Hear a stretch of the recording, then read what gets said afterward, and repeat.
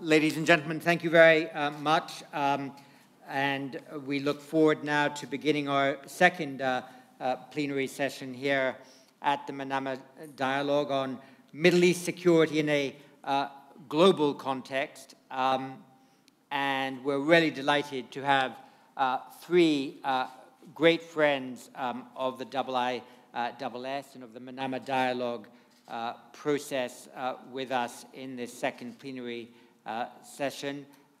First, Sayyid Badr bin Hamad bin Hamoud al-Busaidi, the Foreign Minister of the Sultanate of Oman. We have worked closely with the Sultanate over many years on a number of projects, including helping to facilitate dialogue between the states of South Asia, Afghanistan, Pakistan, India, Bangladesh, and the Sultanate has lent their good offices in the form of facilitating or holding of this discrete conference every year. We hope to be reconvening in some way in the Sultanate again in March for that important purpose, which ensures that countries that have a difficult formal dialogue with each other are able to have an easier informal one under the IISS auspices and with the tremendous support of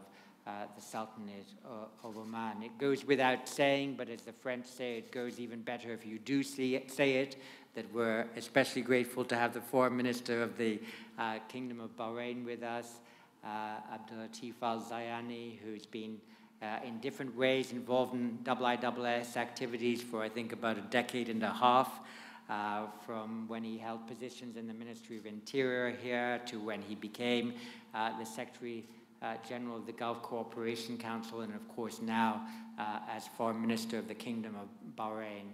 And we have also with us Harjit Singh Sajjan, an old friend of the IISS, who's attended many Shangri-La dialogues, which we hold in the Republic of Singapore each year, a meeting of all the defense ministers of the Indo-Pacific region. We are, as I mentioned last night, already preparing a Sherpa meeting in January for the 2021 Shangri-La dialogue that we hope to convene in near normal circumstances in June 2021 in Singapore. And following the remarks made by Sayyid Badr and Dr. Abdullatif, Defense Minister Sajjan will be speaking to us from Ottawa and will join in also in the question and answer period that will follow. Let me remind everybody that the remarks here from the podium, but also those from the floor here in Bahrain and from the online team are all on the record. But as you saw from this morning, we managed a very vigorous but informal conversation, which was extremely helpful. So with those prefatory remarks, may I invite His Excellency Sayyid Badr to make his remarks for the second plenary. Thank you.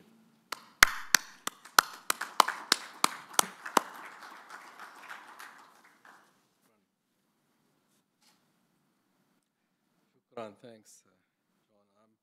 I'm really delighted to be joining you here in Manama, and I'm very grateful to His Majesty King Hamad, to Prince Salman, and to the Kingdom of Bahrain. And I'm also grateful to my brother, Dr. Abdullatif al-Zayani, Rashid, for the kind invitation and hospitality. And I thank especially also our friend John Shipman and everyone at the International Institute for Strategic Studies for their efforts in continuing to organize the Manama Dialogue, especially under the exceptional circumstances associated with the pandemic. First, I would like to pay tribute to Prince Khalifa. 50 years of service and throughout, a shining example to my generation in the Gulf. We will always remember him. Distinguished delegates, ladies and gentlemen, I have been asked to offer some thoughts on the topic of Middle East security in a global context. In my brief remarks, I would like to invite you to consider how two related principles might guide our thought and action on this crucial issue. These two principles are multilateralism and inclusivity. They are derived from values that have always informed Oman's view of the world, and through that, Oman foreign policy. We have a profound and enduring commitment to the resolution of conflict by peaceful means. If we are to avoid misunderstanding, we must maintain engagement and dialogue with everyone, so to have the best possible relations and mutual confidence with everyone. Exclusion, rejection, or blockades are not in our diplomatic repertoire.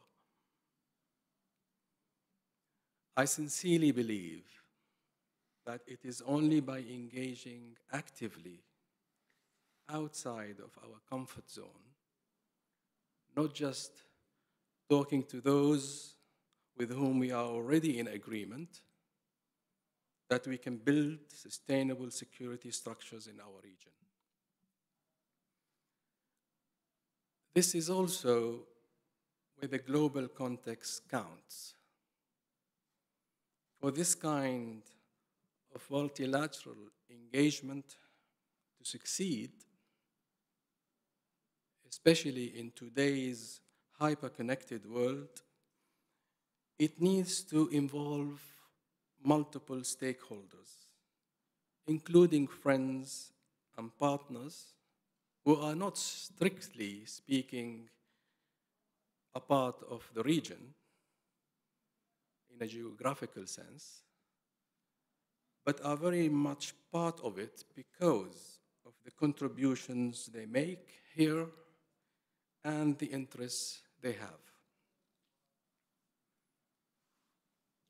So, wisdom invites us all to advance cooperation multilaterally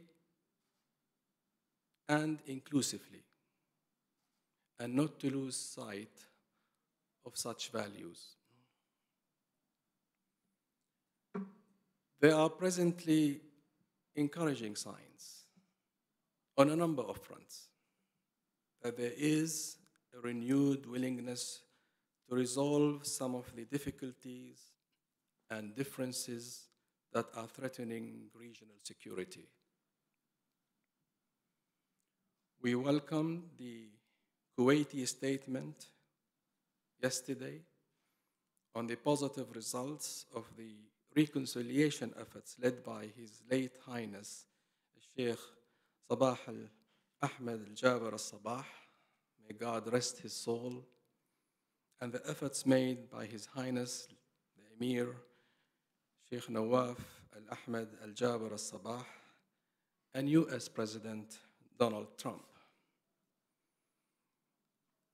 All these efforts reflect the aspirations of the people of the region, and we are optimistic that a permanent understanding can be reached.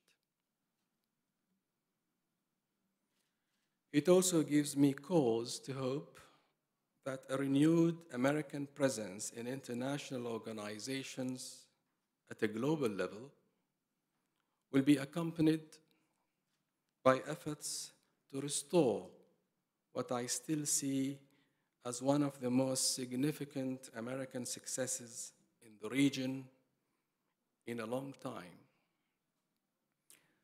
the Joint Comprehensive Plan of Action. It will be a positive development for a new climate of inclusivity if a way can be found collectively to get more regional parties to this plan more fully and positively involved in it. Security in a global context, especially when multilateralism and inclusivity are emphasized, also depends upon an environment in which communication and exchange are encouraged. I think it is easier to enter into multilateral engagement if diplomacy is underpinned by regular interactions at all levels. The better we get to know one another day to day, the better we will be at working to resolve problems and advancing common interests. And this is why I wanted to say something today about some developments in Omani domestic policy, which I very much hope will make a modest contribution to the cultivation of a regional environment in which an inclusive and multilateral approach to regional security can thrive.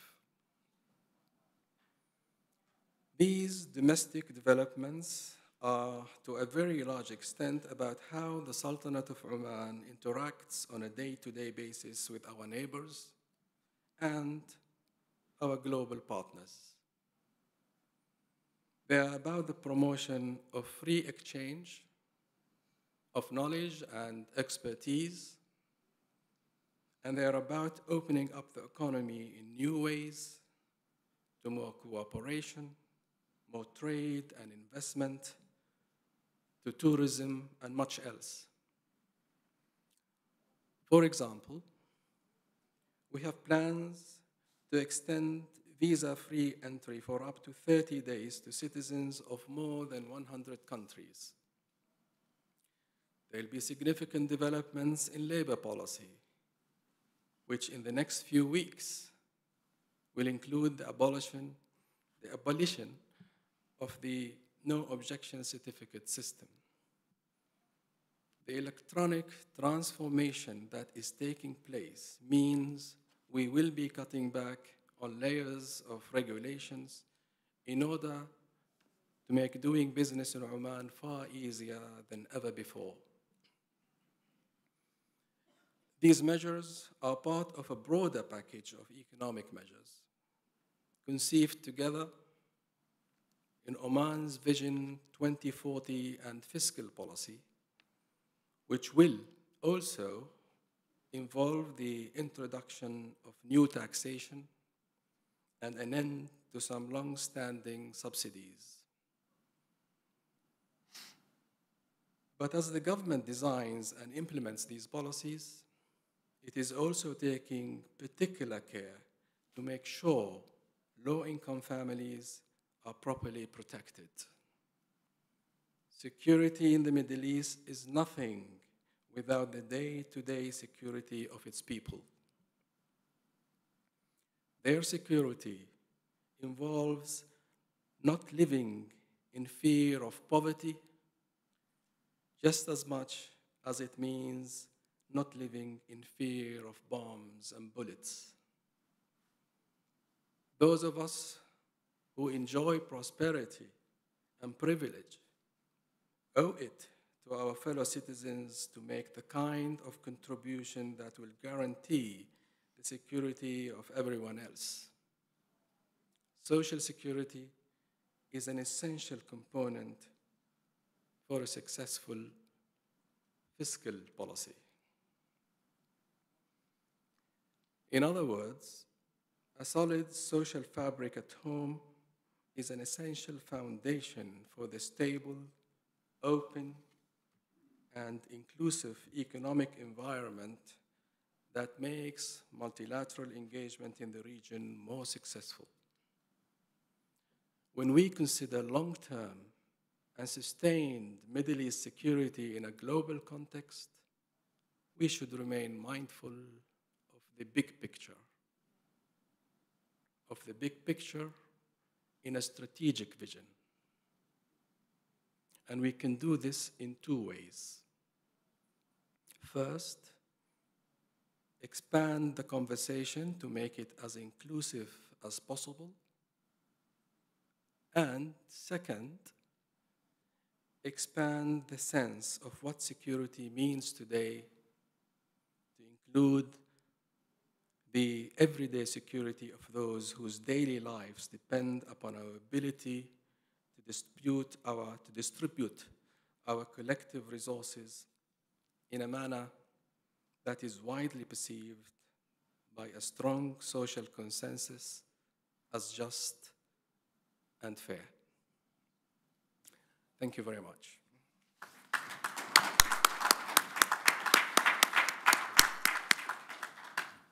Sayyid, Badr, thank you very much for those remarks which echo some of the analytical sentiments that the IISS has occasionally expressed, that those who argue passionately for inclusion in domestic politics should also ensure that they take a less exclusive approach to their international relations.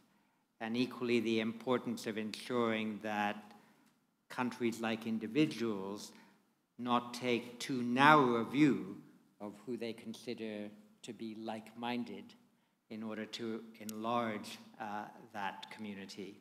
And I think it's very important as well that you spoke about the increased operational tempo of domestic modernization and reform in the Sultanate of Oman, because if anything has been shown by the COVID-19 pandemic is the importance of different forms of domestic resilience to deal with these global issues. So we thank you very much for those remarks, and I know they'll animate a good deal of debate. Let me remind any of you who seeks the floor, all you have to do is press your microphone. Your microphone will turn green, but that doesn't mean it's on. It just means that you're on my list, and then I'll call on you and activate your microphone. With that, could I now invite our Foreign Minister friend, Abdullatif Zayani, to address our second plenary.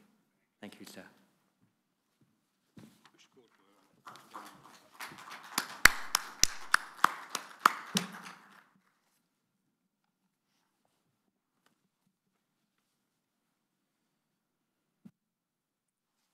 Your Highness, Excellencies, distinguished participants, good afternoon.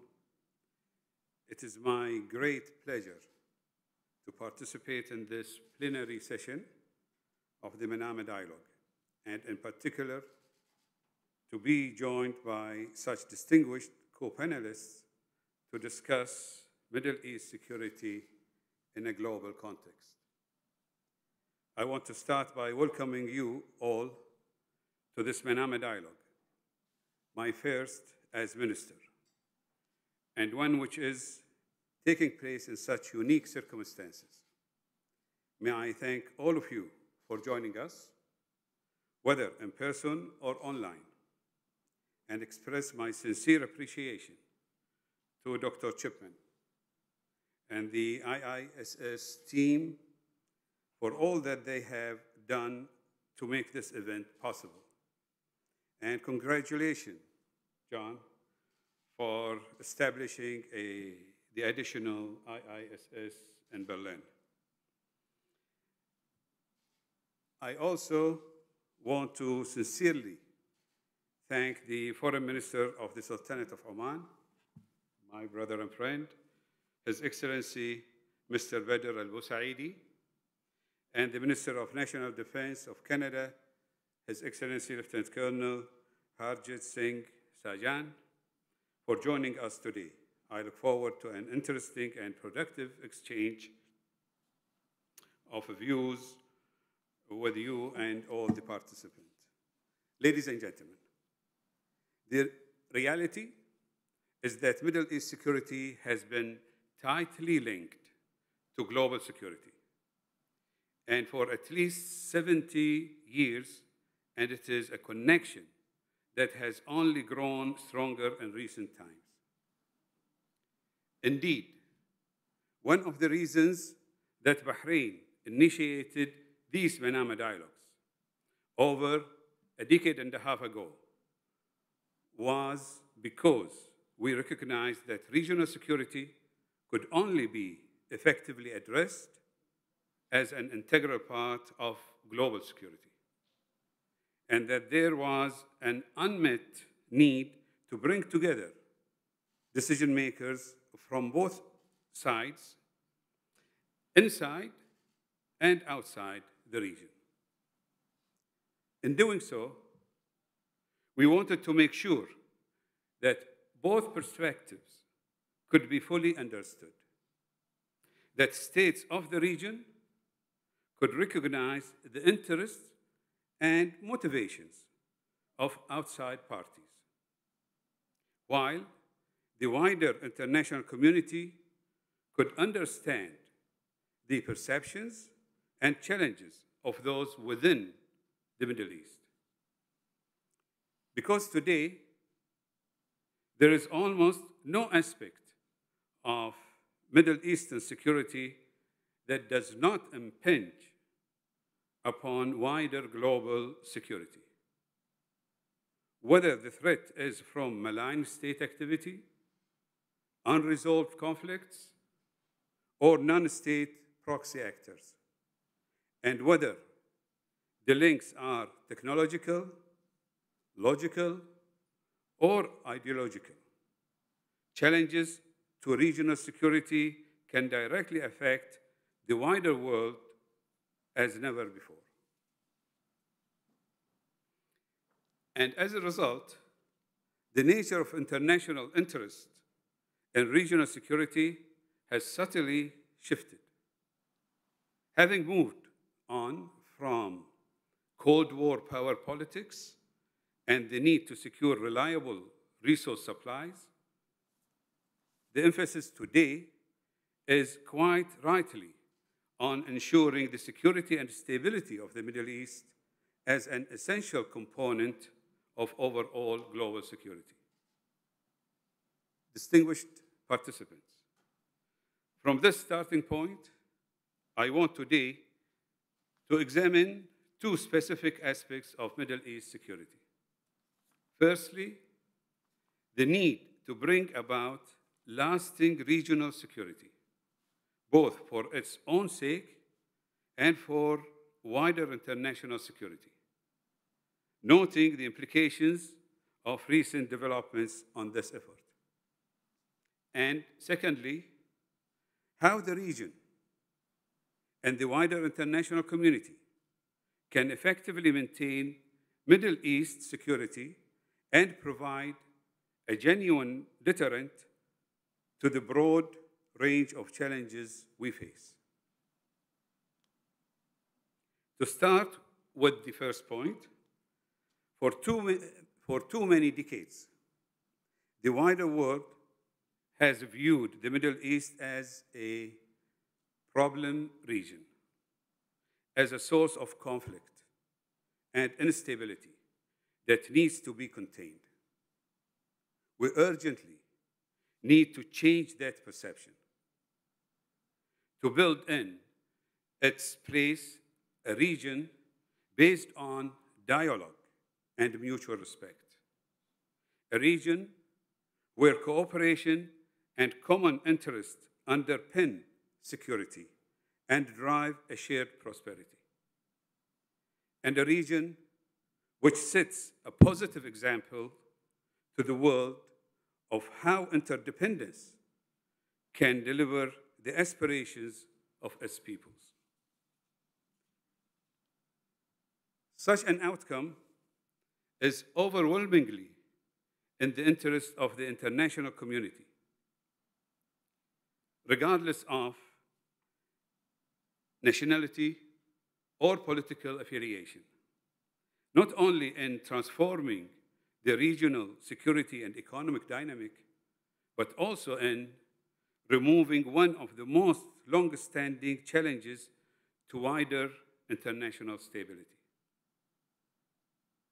That is why the Abraham Accords have such potentially game-changing implications. And I look forward to tomorrow's concluding plenary as a chance to review these in greater depth with Israeli Foreign Minister Ashkenazi. For today, I will simply note that it is essential not to lose the momentum we have built. We must continue to move forward, to overcome obstacles, and to deliver this vision. And we need our friends and allies across the world to continue their strong support to our efforts to protect and advance peace, stability, and prosperity in the region. First and foremost, this means continuing to strive for a resolution to the Palestinian-Israeli conflict, which would unlock so many other issues in the region. But it also means political, economic, commercial, and diplomatic support for the wider concept of a peaceful, secure, and interconnected region, and a strong advocacy of the benefits that can bring. Ladies and gentlemen, let me turn now to my second point. Because we must be realistic enough to recognize that there will continue to be those opposed to the very concept of peace in the region, and who will work to subvert Middle East security, and therefore international security, in whatever ways they can. How can we, within the region and outside, protect against such threats? How can we maintain our security and deter those who might threaten it? Primarily, as always, through vigilance and resilience. By vigilance, I mean working closely with our allies to share intelligence and analysis to recognize, expose, and address potential threats before they are fully formed.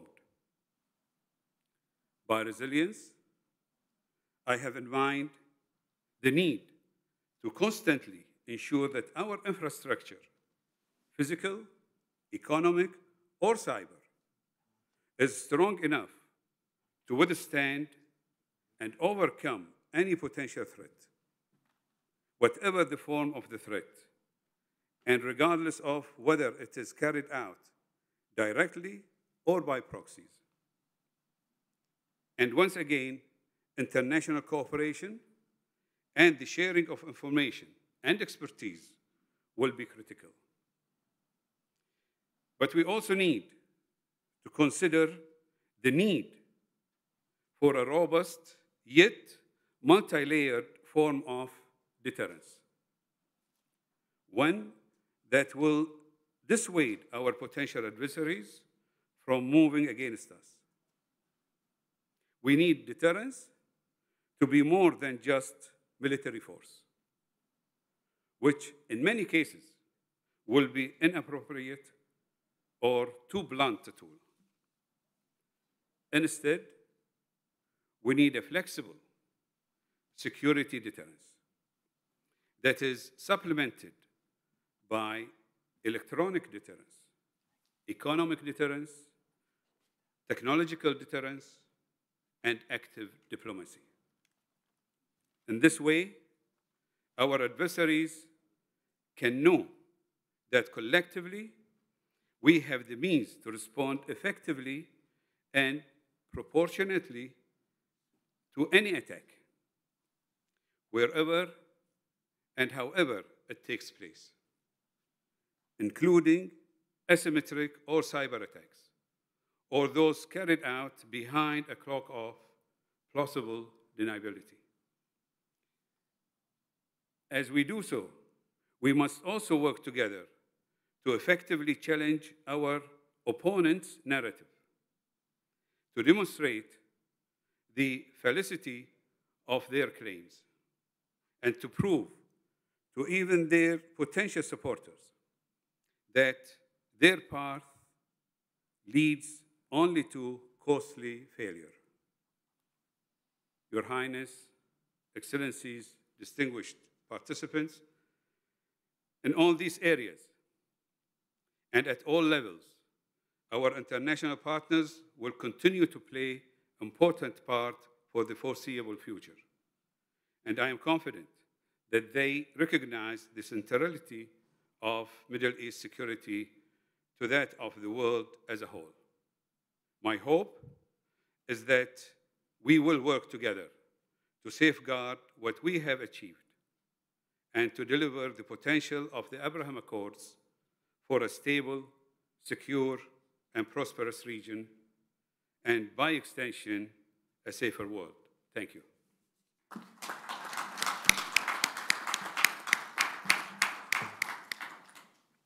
Shukran jazilan.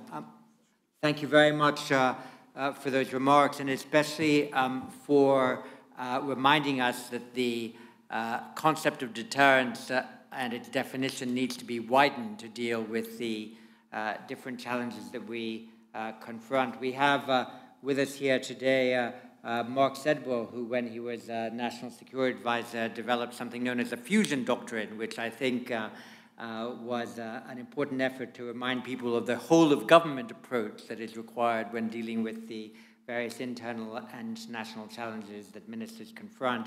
And I thought it was also interesting, in light of the remarks that we had this morning from Foreign Minister Dr. Kang, that at the end you also talked about the information warfare dimension to modern international politics. She referred to infodemics, a new neologism, perhaps that needs to enter the international relations vocabulary as another pernicious element in international affairs for which inventive strategy has to be developed.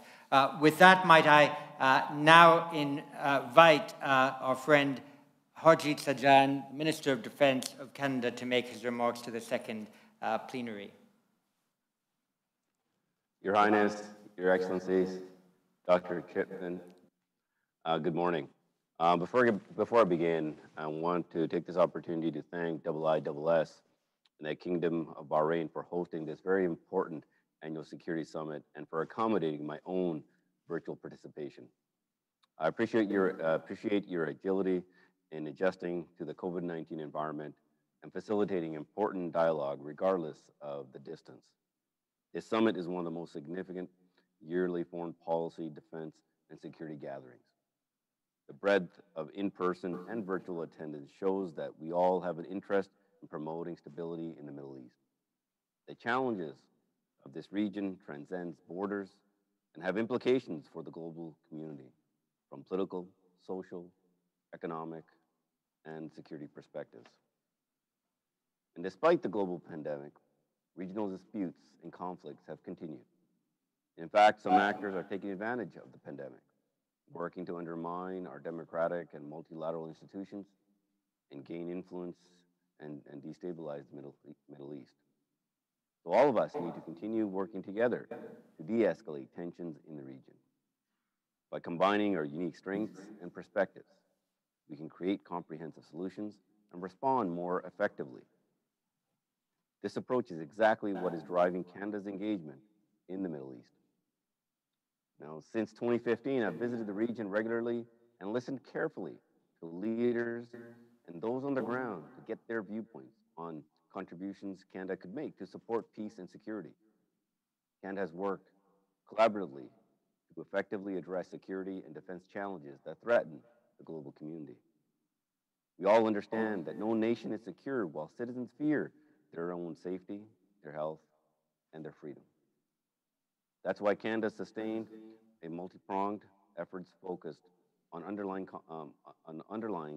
the causes of conflict: instability, inequality, ideology. And it's why Canada's whole of government strategies for the region is based on 3 pillars: security, international assistance, and diplomatic engagement. Now, between 2016 and 2021, Canada is investing up to $3.5 billion to respond to the crisis in Iraq and Syria and to address their impact in the region. We are continuing to cooperate closely with key partners and allies, including the Global Coalition to Counter Daesh, the United Nations, local governments, and a range of non-government organizations. Our strategy considers the distinct needs of women and girls affected by crisis and provides women with better opportunities to support in peace and security efforts. So, for example, the Canadian Armed Forces have helped train the Jordanian Female Engagement Team, a platoon composed entirely of female soldiers who can respond to critical security challenges. The Canadian Armed Forces are an important part of Canada's broader engagement in the Middle East. By engaging in peacekeeping efforts, counterterrorism activities, and training and capacity building programs, we are better able to respond to the diverse needs in the region and evolving situations. And one of Canada's longest peacekeeping efforts has been part of, which has been part of the multinational force and observers in the Sinai Peninsula. We've been committed to the MFO for over 35 years. And I'd like to take this moment to offer my deepest condolences to our US, French, and Czech partners for the tragic loss of 7 peacekeepers in last month's helicopter crash. Canada joins with you in mourning their loss. We will honor the fallen and strive to carry on their legacy as keepers of the peace. Building a durable and sustainable peace means working together. It is why Canada is the largest contributor to the United States Security Coordinator, where we work alongside the US and other partners to help Palestinians build up their security sector. And we are pleased that this important work can continue now that security coordination between the Israeli Defense Forces and the Palestinian Authority security forces has resumed. We know this will contribute to the conditions for the lasting peace between Israel and Palestine. Since 2014, Canada's contribution to the global coalition against Daesh have been essential in regaining territory and fostering security and stability in the Middle East. And our contributions have adapted and evolved along with the coalition and the security situation on the ground and the needs of our partners. Together with our partners and allies, our combined efforts in Iraq have liberated nearly 8 million people from the control of Daesh. And the global coalition against Daesh has helped reclaim approximately 110,000 square kilometers of territory. We made significant gains through our military efforts. Now NATO's training mission in Iraq will be key in consolidating our military gains, together with our civilian lines of effort. In collaboration with our allies, partner nations, and international stakeholders, Canada has played a vital role in setting up the headquarters for the NATO mission in Iraq to enable the mission's success. Now, NMI is helping to strengthen Iraqi security and defense institutions to prevent the reemergence of Daesh and build the conditions needed for regional stability. For the first 2 years, Canadian Major Generals Danny Fortin and Janine Carrion commanded NMI, overseeing the training of more than 350 Iraqi security and military personnel. And Canada will continue to contribute meaningfully now that Denmark has assumed command. We also continue to work with the armed forces of both Jordan and Lebanon to help strengthen their borders and ensure they are more resilient to any potential conflict that may spill over into their borders. But our work is not yet done. We must remain vigilant if we are to prevent a resurgence, especially in the light of UN's recent report stating that Al-Qaeda and Daesh are trying to use the pandemic to their advantage. Now more than ever, we must continue to work with our coalition partners to protect our hard-earned gains in the region. We must not relent in our resolve to eradicate these threats, and we must remain agile and flexible in our approaches. because we know the challenges we face aren't only on the land.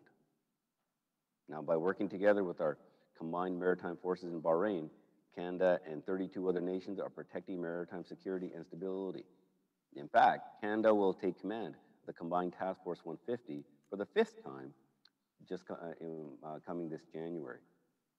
We're contributing a warship and aircraft to disrupt criminal and terrorist organizations across an area spanning over 2 million square miles, covering the Red Sea, Gulf of Aden, Indian Ocean, and the Gulf of Oman. And we are doing this in a period where the world has experienced massive change. In our hyper-connected world, tremendous opportunity is tempered with vulnerability and risk. State and non-state actors sow disinformation and dissent, attempting to exploit our systems and disrupt our societies. And climate change remains one of the greatest existential threats of our time, with impacts on peace and stability that are profound and far-reaching. And with COVID-19, it has added a new layer of complexity to an already existing challenging defense and security landscape. This pandemic has worsened inequalities and reversed development gains, particularly for women and children who already experience poverty, exclusion, and marginalization more intensely.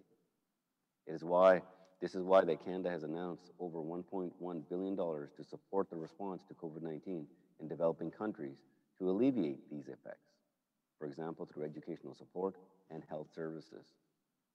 We have answered the United Nations call to help to maintain vital supply chains to vulnerable countries. And while many countries have turned inward, focusing on protectionism instead of globalism, Canada knows that now is a time to redouble our commitment to international cooperation and multilateralism. There are no easy solutions to the problems that impact all of us. But we have seen what we can achieve when we work together. That's why Canada favors a multilateral approach to problem solving. We firmly believe that close collaboration is vital to achieving our peace and security objectives. We believe in upholding the rules-based international order, and we will always promote universal human rights and equality for all peoples, regardless of their background. Canada will continue to work with our trusted allies and like-minded partners in the Middle East and around the world for our collective security and prosperity. And most importantly, we recognize that the solutions must come from within the region itself. While we remain eager to share knowledge, we must also understand that we have much to learn from our partners, a region with rich history and a rich culture. I hope that together we can continue to identify productive solutions. Thank you very much.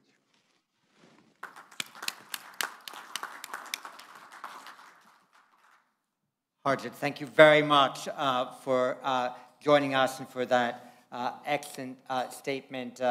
For those of you who might not know, it's now 4:05 a.m. in Ottawa, Canada. And so for those who doubt that ministers don't have 24-hour-a-day work schedules, please thank again the Canadian Defence Minister for his commitment to this Manama dialogue and for his physical as well as intellectual vigor. And congratulations for taking command for the 5th time of CT 150 and for reminding us of the range of activities in the Middle East in which Canada is engaged, which I think is really helpful reminder of why the Middle East needs to be considered in a global context. There are a number of people now here with us in Bahrain and online who have asked for the floor. So what I'll do is I'll take 4 or 5 interventions and then return to the panel, taking an inclusive approach and ensuring that the Canadian Defence Minister also has a chance to answer any questions that are directed to him. But may I begin with somebody from Oman, Lamia Hamoud. Lamia, your microphone is on. Thank you, John. I have 2 questions. One for His Excellency Sayyid Badr. Given that the Middle East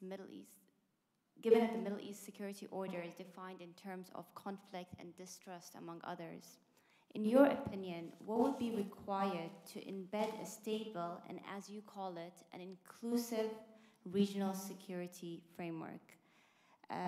And where would Iran lie within this inclusive framework? And for His Excellency Dr. Zayani, as Russia increases its political and economic involvement in the Middle East region, what role do you see them playing in this new security order? Thank you.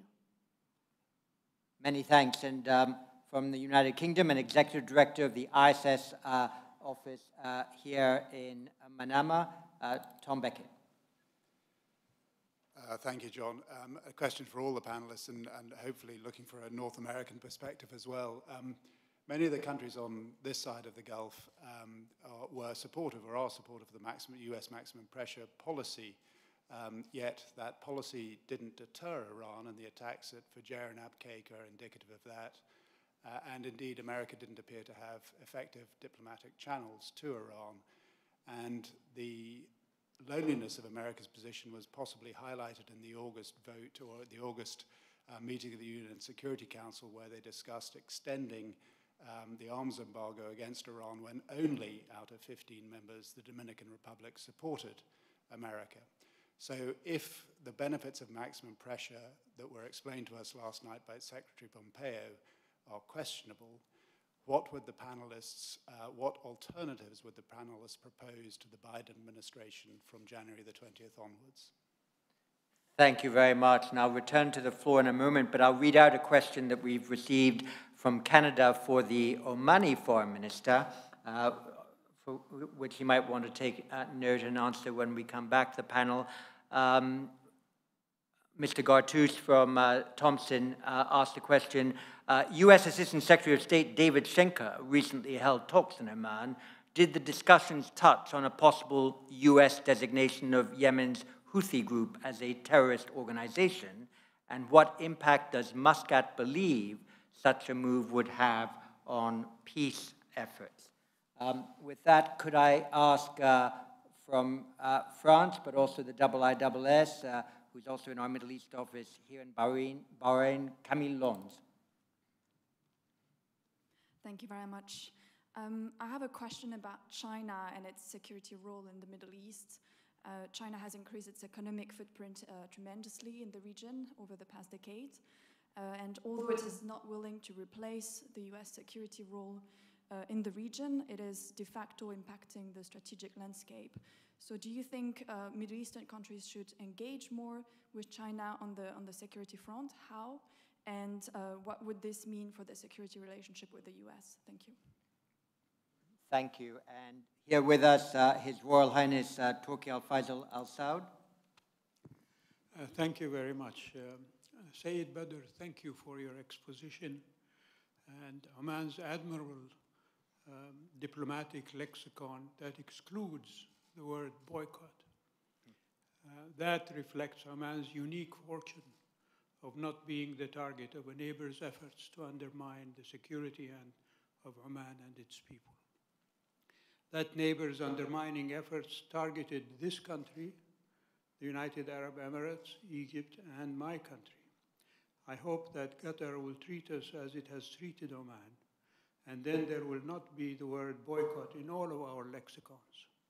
Would Your Excellency add the words non-interference in the affairs of other countries to your lexicon, which also should be added to any return to the JCPOA? Thank you. And before we return to the panel for reflections on those interventions, could I ask Giselle Khoudi? Yes, thank you. My first question is addressed to the Foreign Minister of Oman, Sayyid Badr bin Hassan. The first Iranian nuclear deal in 2015 started in Oman, the negotiation. I asked Jack Sullivan at this time, why Oman? He told me because we trusted Oman and they can deliver. My question is it the case now? And are you ready and able to host American and Iranians for a new deal with Biden's administration?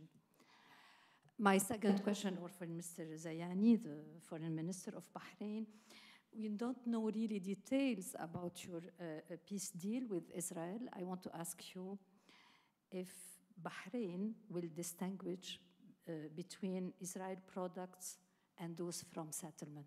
Thank you.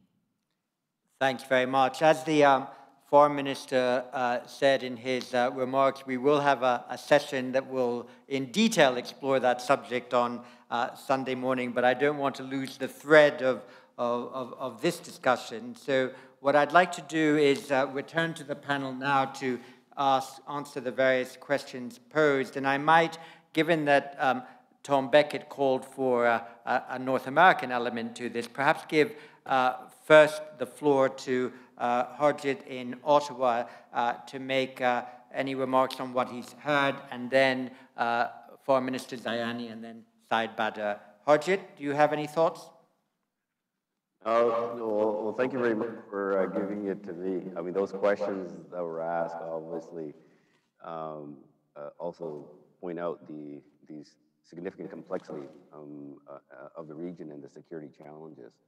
And what I'd like to offer is, as I stated in my speech, in 2015, when I was appointed as defense minister, it was very important for us to look at our new approach in the Middle East, especially when Daesh was controlling significant portions of Iraq, was to get a first-hand perspective from the leadership from within the region, so that Canada can look at how best to contribute. And that's the approach that we will continue to take, that we will discuss with our close allies in the region, look at where Canada can best contribute. And what I'd like to offer is, as we look at the long-term security challenges from within the region, we also must be extremely mindful of the immediate threat that's always in front of us. We've obviously have now been continually dealing with Daesh, and we see a little bit of a resurgence, and we cannot forget about that and making sure that we continue our work there. And when it comes to a lot of the other considerable challenges, that whether it's with Iran, the questions regarding China, and what advice we would give for the Biden administration. Well, first of all, when it comes to China, I'll have to be very clear about this, is we have 2 Canadians right now that have been arbitrarily detained by China. As we look at the work that the nation can do and what work we should, what role they should play, we have to make sure that nations that play an international role also plays by the international rules-based order. And if you don't, it creates unpredictability. And unpredictability is something that we don't need, I think, in the Middle East. It's only through predictability and dialogue that we are able to work together and find solutions to our security challenges. So I'd like to just offer that up when it comes to dealing with China in the Middle East. And when it comes to, I think, offering advice, first of all, obviously Canada has a very close relationship with the U.S., and especially from a defense relationship. A lot of these discussions are obviously behind closed doors, but one thing I can assure you is that the defense relationship that we do have, Canada can also play a very unique role because of our history of being able to convene nations to have a thoughtful dialogue without any of historical issues that other nations might have caused. So, for example, our 35 years of peacekeeping in the Sinai and the contributions that we make are not just from a security perspective, it's from a whole of government. We look at international development, we look at the long-term solution, and one of the things that what we want to provide is predictability from Canada, that we will be there for the security challenges, and we will be there for the international development support and the diplomatic engagement as well. Thank you. Thank you very much. Foreign Minister Zayani.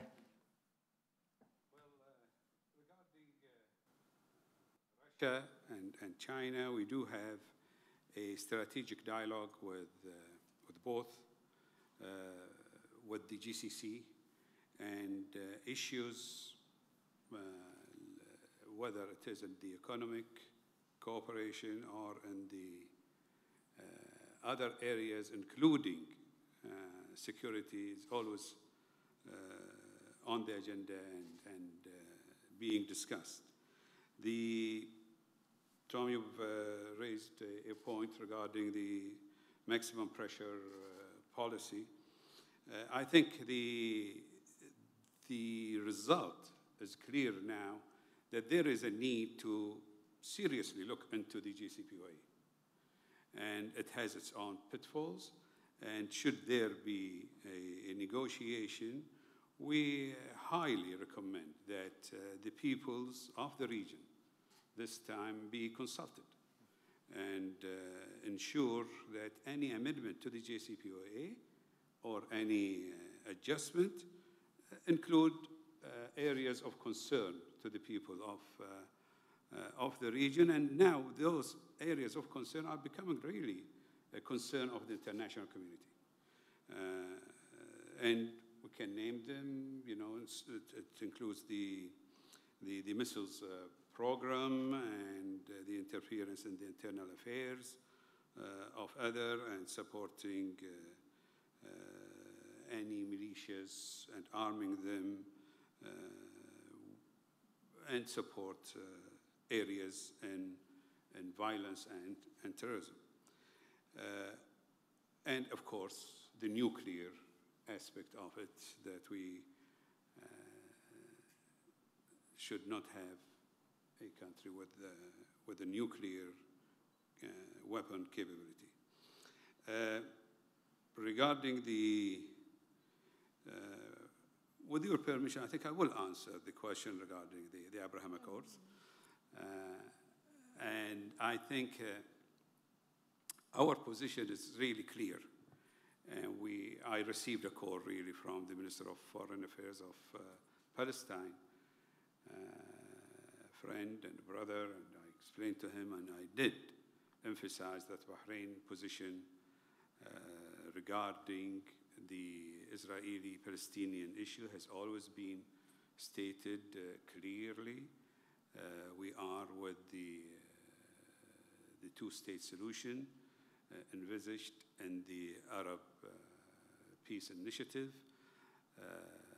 and we call on both parties to go to the negotiation table together, and we stand ready to help our brothers, the Palestinians, and also within the decisions, resolutions taken by either or issued by the United Nations resolutions or the Arab League resolutions. I think regarding the goods or products produced by Israel, a clear statement was also issued by the Ministry of Trade and Commerce yesterday, explaining our position. Thank you. Thank you very much. And I'm really happy that you answered the question on the Abraham Accords, because you have a reputation for never dodging questions. So I'm very glad that you persisted in providing an answer today to that session, even though we'll have another chance tomorrow. Sayyid, Badr. Thank you, thank you. I think the questions raised, very important questions, are relevant. But at the same time, the answer to the various questions posed really lies in some of what I have already outlined in my remarks. We are now sitting in Manama, hosted by my brother here and the IISS under the title of the Manama Dialogue. So the key here, really, that word, dialogue.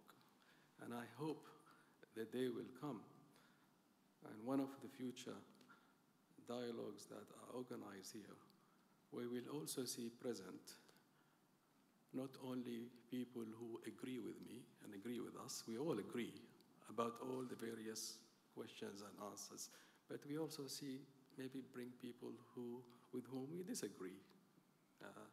bring them into the tent, and let's have a dialogue. Let's have a really serious dialogue with everybody, because ultimately we want to reach an understanding. We want to reach resolutions peacefully and through engagement, and by being inclusive and not exclude any party. And I like the comment done by my friend in Canada that we all have to respect international rules-based system and international law. I think this is crucial, really, for every one of us to respect. And I indeed want to endorse what Prince Turki have said. Non-interference is a very fundamental principle that we are all committed to. Definitely, in Oman, in our history, we've had our share of countries interfering in the internal affairs of my country. But our response to that was not through conflict, but by engaging those countries in a dialogue and reach a common understanding by which that interference has stopped. I am talking from an experience, from a track record. It's not a theory, it can be done.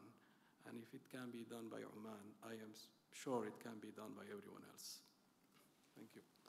Can I just ask you to address also the point made about the possible or actual designation of the Houthi group as a terrorist organization by the United States and the Omani attitude? Absolutely.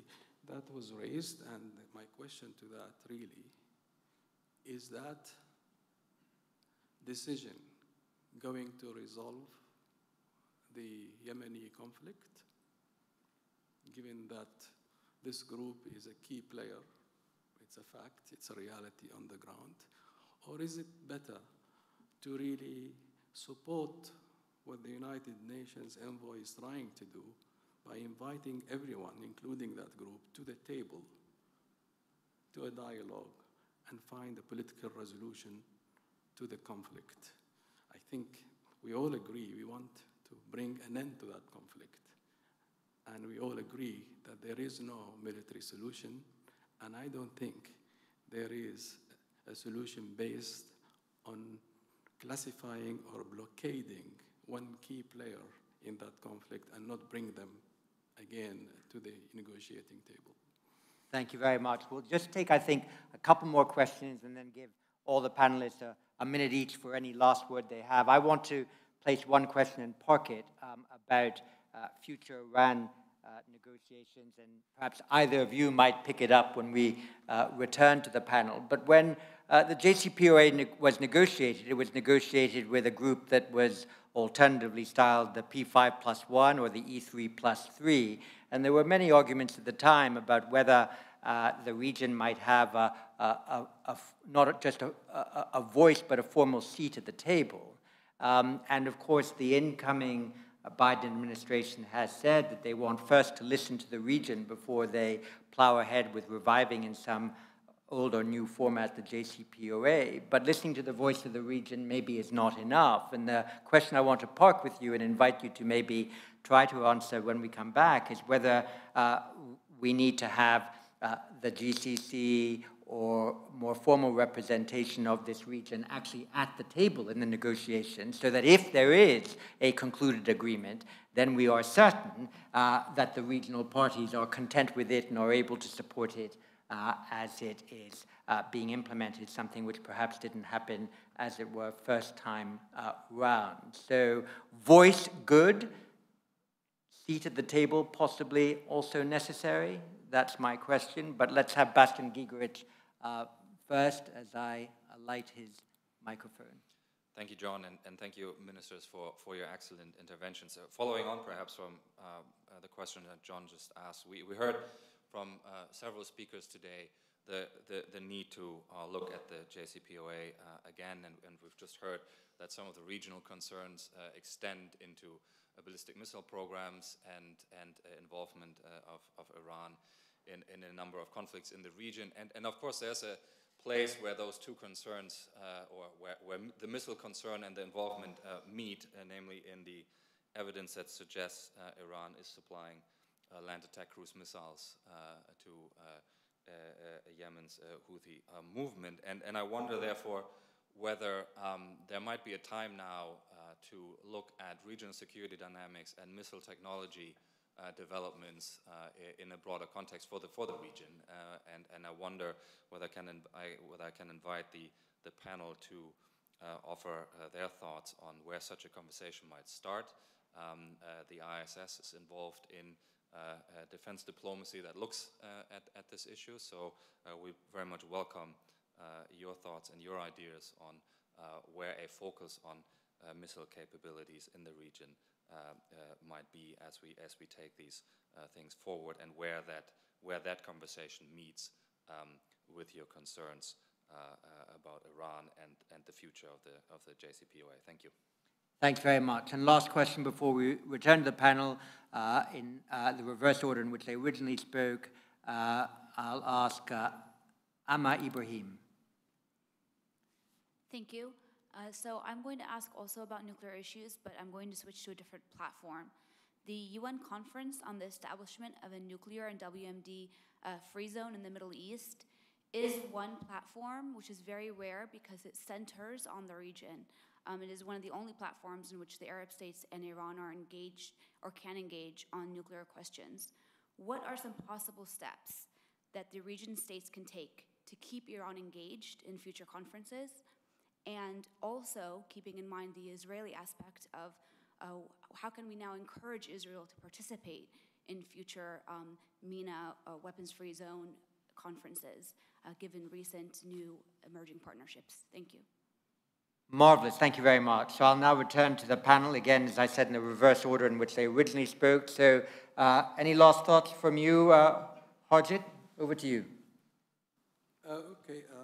I think we're asking Harjit. I just want to say, just as thank you for giving me this tremendous opportunity to virtually join you. It was my full intention to be there in person, but COVID has unfortunately not allowed this, and I look forward to coming there in person once we have dealt with COVID-19 as well. When it comes to Iran, we feel the best pathway forward is through the JCPOA and improving it.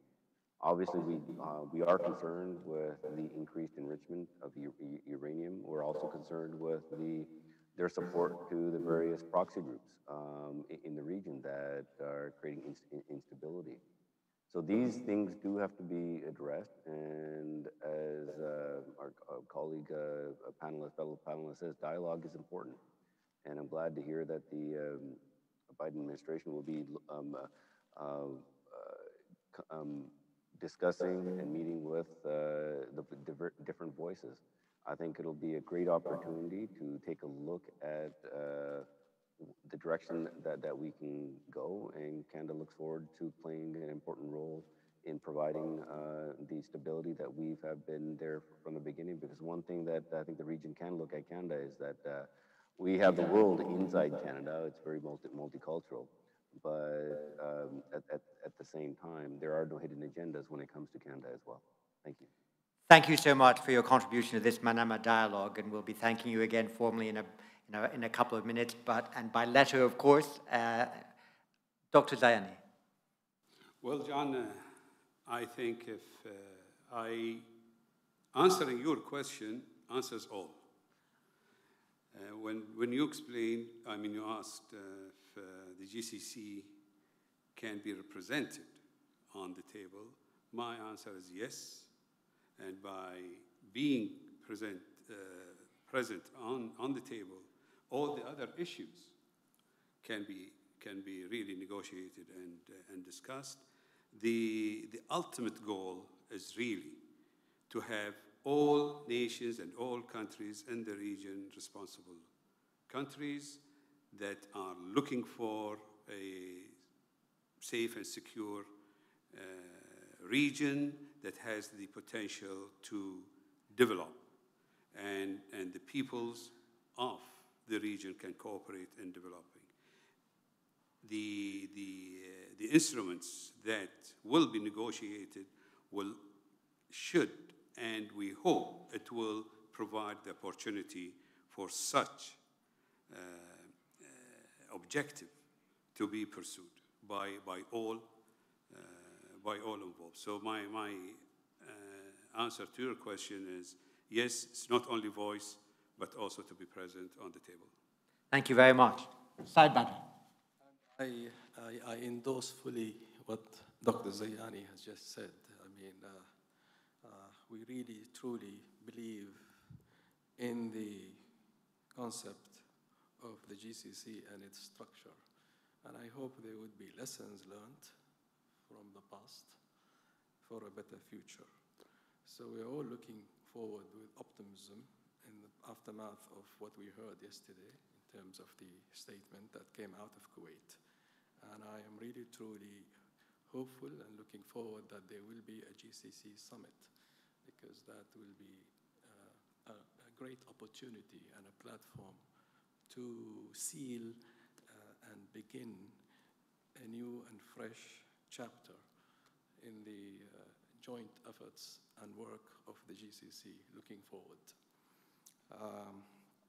Again, I would reiterate, in the absence of dialogue, in the absence of having a conversation between countries and people, ignorance creeps in and confidence starts to break up.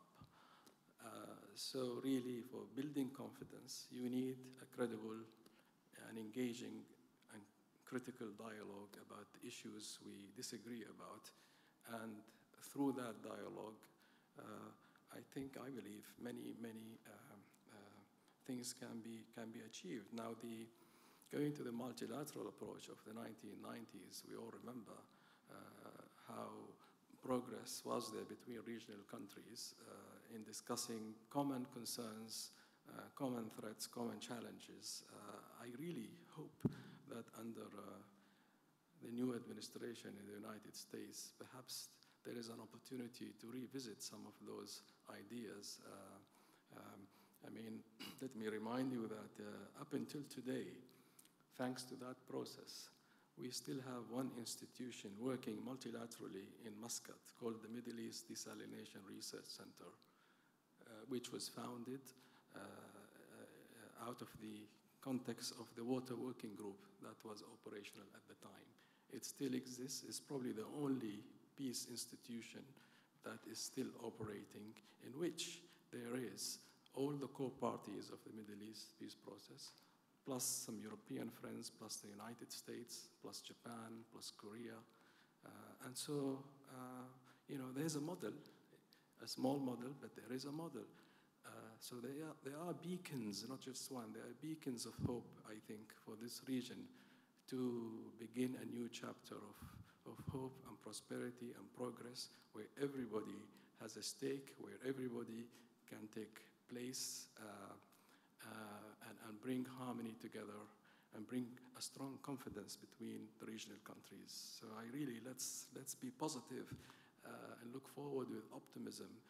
I'm not saying it is easy. Of course, it's difficult and sometimes very painful. But as leaders, as governments, visionary governments we are blessed with in this whole region, I think if there is a will, there will always be a way to make this work.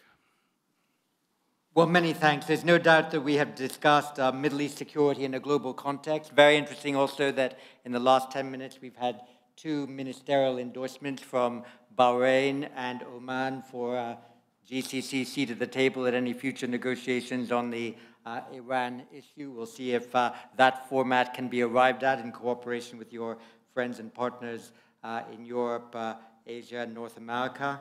It has been a tremendous session. May I remind you before you thank all 3 of our panelists that we will soon break for lunch, but reconvene here at about 2:20 so that we can begin again at 2:30 with an address from Peter Moore, the President of the International Committee of the Red Cross, which, given all the human security issues that have been raised already at this Manama Dialogue, is an address to which we will, I think, need to pay great attention. But before we get both to him and to lunch, could you all please thank our 3 ministers for their presentation.